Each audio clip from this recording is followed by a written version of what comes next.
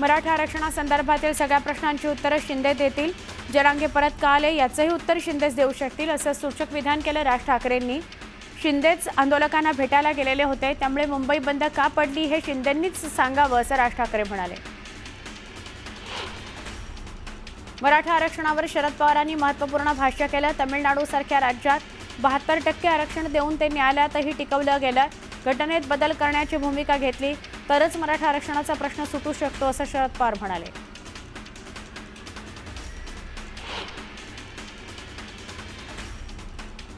आझाद मैदान परिसरात दुसऱ्या दिवशी मोठ्या संख्येनं मराठा आंदोलक जमले.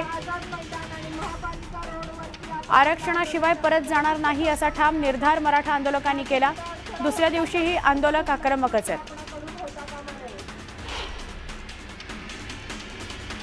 सलग दुसऱ्या दिवशी दक्षिण मुंबई परिसरात वाहतूक कोंडी झाली आहे. मराठा आंदोलकांनी आझाद मैदानाबाहेर सीएसएमटी परिसरात मोठी गर्दी केली.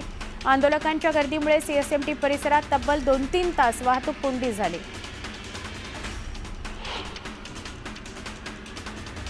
मराठा आंदोलकांनी वाहतूक सुरळीत होण्याकरता मदत केली. मराठा आंदोलकांच्या गर्दीमुळे सीएसएमटी परिसरात वाहतूक विस्कळीत झाली होती. जरांगेंच्या आवाहनानंतर आंदोलकांनी वाहतूक सुरळीत होण्यास मदत केली. सीएसएमटी स्थानकावर मराठा आंदोलकांनी गोंधळ घातला. सीएसएमटी स्थानकात मोठ्या संख्येनं मराठा बांधव जमले. जोरदार घोषणाबाजी झाली. मराठा आंदोलकांनी परिसर दणाणून सोडला. मुंबईच्या सीएसएमटी परिसरात रॅपिड ॲक्शन फोर्स तैनात करण्यात आली आहे. मराठा आंदोलनाच्या पार्श्वभूमीवर कायदा आणि सुव्यवस्था अबाधित राखण्याकरता हा निर्णय घेण्यात आलाय. सायन पनवेल महामार्गावर वाशी टोल नाक्यावर वाहतूक कोंडी झाल्याचं बघायला मिळालं. जड वाहनं रस्त्याच्या बाजूला उभी करण्यात आल्यानं वाशीपासून मानखुर्दपर्यंत वाहतूक कोंडी झाली. मुख्यमंत्र्यांना राजकारण करायचंय, आम्हाला राजकारण करायचं नाही, आम्हाला आरक्षण पाहिजे असं मनोज जरांगे म्हणाले. ओबीसींचं आरक्षण काढून आम्हाला नको. मुख्यमंत्र्यांनी आमच्या सगळ्या मागण्यांची अंमलबजावणी करावी अशी मागणी मनोज जरांगेंनी केली. देवेंद्र फडणवीसांना महाराष्ट्र अस्थिर करायचं आहे. महाराष्ट्राचं वातावरण दूषित करण्याचं काम फडणवीस करत आहेत अशी टीका मनोज जरांगेंनी केली. मराठ्यांच्या संयमाचा अंत पाहू नका असा इशारा जरांगेंनी दिला.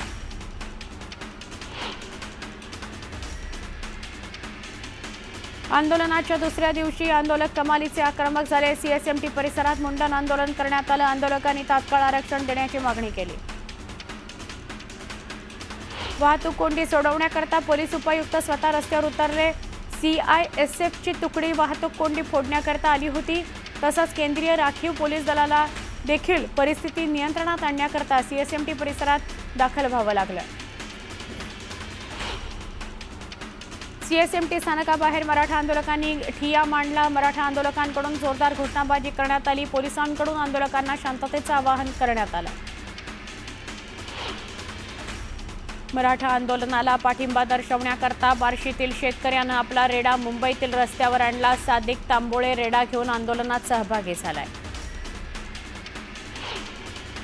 मराठा बांधव आरक्षणाकरता मोठ्या संख्येनं मुंबईत आले. त्या आंदोलकांच्या निवासाची व्यवस्था नवी मुंबईतील सिडकोमध्ये करण्यात आली आहे. मात्र व्यवस्था चांगली नसल्याचा आरोप मराठा बांधव करतायत. सरकारनं आमच्या समस्या दूर कराव्यात असं त्यांचं म्हणणं आहे. येवला लासलगाव भागातून एक भाकर समाजाकरता उपक्रम राबवत मराठ्यांना जेवणाची रसद पुरवण्यात आली. त्याकरता घराघरात भाकरी, चपात्या, चटणी यासह जेवणाचं साहित्य तयार केलं जात आहे आणि या वस्तू घेऊन मराठा बांधव सलग दुसऱ्या दिवशी मुंबईला रवाना झाले. साताऱ्याच्या माण तालुक्यातील सकल मराठा विद्यार्थी संघटनेच्या वतीनं मराठा आरक्षणाकरता दहिवडी इथं मोर्चा काढून प्रशासनाला आपल्या मागण्यांचं निवेदन देण्यात आलं.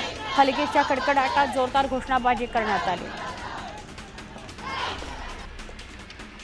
राज्यात सुरू असलेला गणेशोत्सव आणि मुंबईतील मराठा आरक्षण आंदोलन यामुळे सगळ्या पोलिसांच्या रजा रद्द करण्यात आल्या. सुटीवर गेलेले सगळे पोलीस कर्मचारी, अधिकारी यांना तातडीनं ड्युटीवर रुजू होण्याचे आदेश देण्यात आलेले आहेत. मराठा आंदोलनाकरता मोठ्या प्रमाणात आंदोलक मुंबईत आलेत. बंदोबस्ताकरता सध्याची संख्या अपुरी आहे, त्यामुळे हा निर्णय घेण्यात आल्याची माहिती मिळते.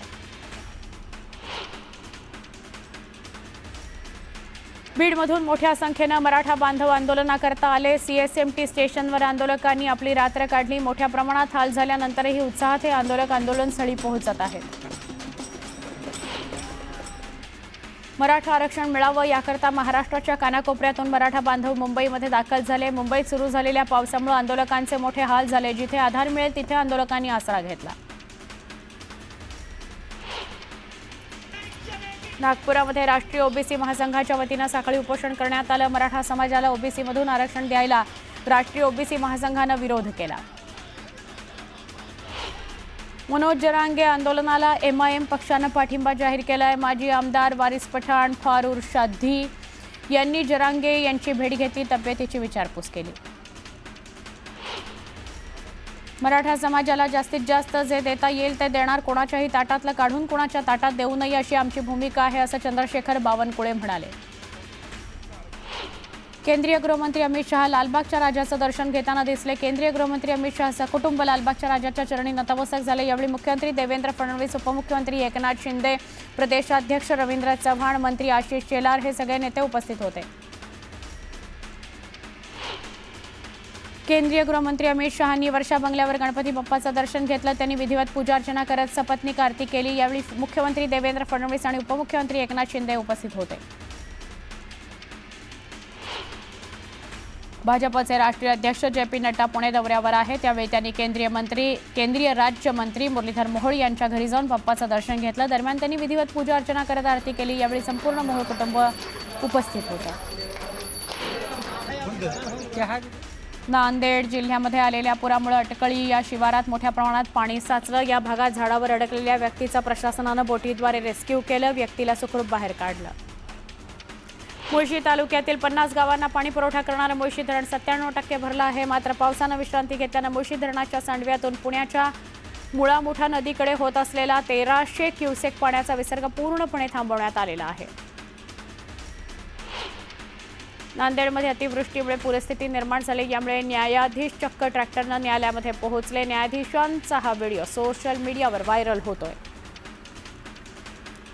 जळगाव जिल्ह्यात झालेल्या मुसळधार पावसामुळे तापी नदीला पूर आला। त्यामुळे हतनूर धरणातील पाणीसाठ्यामध्ये वाढ झाली। हतनूर धरणाच्या पाण्याच्या विसर्गामुळे नदीकाठच्या नागरिकांना सतर्क राहायला सांगितलंय। जळगावच्या अंमळनेर तालुक्यामध्ये मुसळधार पाऊस झाला। जनजीवन विस्कळीत झालं। नदी नाल्यांना पूर आला। अनेक गावांचा संपर्क तुटला। प्रशासनानं नागरिकांना सतर्क राहण्यास सांगितलंय। सिंधुदुर्ग जिल्ह्याला मुसळधार पावसानं झोडपलं। नदी नाले तुडुंब भरून वाहू लागले। आंबोली पट्ट्यातही मोठ्या प्रमाणात पाऊस झाला। धबधबे ओसंडून वाहू लागले। नांदेड जिल्ह्यात निर्माण झालेली पूर परिस्थिती ओसरू लागलेली आहे। पाऊस थांबलाय, मोठा दिलासा मिळालाय। पालकमंत्री अतुल सावे, खासदार अशोक चव्हाण यांनी शहरातील पूरग्रस्त भागाची पाहणी केली। पूरग्रस्तांच्या व्यथा समजून घेतल्या। सोलापूर जिल्हा प्रशासनाच्या आदेशानुसार 3 तालुक्यांमधील एकूण 8 मंडळांमध्ये संयुक्त पंचनामे झाले। कृषी आणि महसूल विभागाच्या संयुक्त पथकाद्वारे शेतशिवारात जाऊन अहवाल तयार केला जातोय। या 3 तालुक्यांमध्ये सुमारे 41,000 हेक्टर क्षेत्र पिकाचं नुकसान झालेलं आहे। बीड जिल्ह्यातील माजलगाव धरण 95% भरले। धरण क्षेत्रात मोठ्या प्रमाणात पाऊस झाला। धरणात 25,000 क्युसेक प्रतितास वेगानं पाण्याची आवक होते। त्यामुळे धरणाच्या 3 गेट्समधून 5,900 क्युसेक वेगानं पाणी सिंदफणा नदीपात्रात सोडलं जात आहे। जळगाव जिल्ह्यातील हतनूर धरणाचे 12 दरवाजे उघडण्यात आले। धरणातून 66,357 क्युसेक पाण्याचा विसर्ग तापी नदीत केला जातो। धरणातून अजूनही पाण्याचा विसर्ग वाढवण्याची शक्यता व्यक्त होते। तापी नदीकाठच्या गावांना प्रशासनाच्या वतीनं सतर्कतेचा इशारा देण्यात आला आहे। मराठवाड्यातील नांदेड, लातूर, छत्रपती संभाजीनगर, बीड, परभणी, धाराशिव, हिंगोली या जिल्ह्यांमध्ये अतिवृष्टीनं थैमान घातलेलं आहे। मराठवाड्यातील तब्बल 130 मंडलांमध्ये गुरुवारी अतिवृष्टी झाली। पावसामुळे शेतांना तळ्याचं रूप आलं होतं। उभी पिकं पाण्याखाली गेली होती। ऑगस्ट महिन्याच्या सुरुवातीला पावसानं ओढ दिल्यानं चिंतेत असलेल्या बळीराजाला आणि संपूर्ण राज्याला मोठा दिलासा मिळाला। 17 ऑगस्टपर्यंत कोरडी गेलेली परिस्थिती 18 ते 20 ऑगस्ट या केवळ 3 दिवसांमध्ये पूर्णपणे बदलली। याच काळात राज्यात तब्बल 2.5 महिन्यांच्या सरासरी इतका पाऊस कोसळला।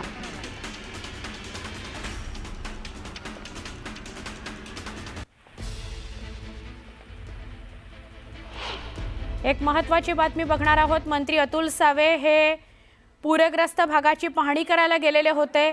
त्यांच्याशी बोलायला गेलेले होते। त्यावेळेला मंत्री अतुल सावे यांना धक्काबुक्की झाल्याची माहिती मिळते आहे। महत्त्वाची बातमी आहे।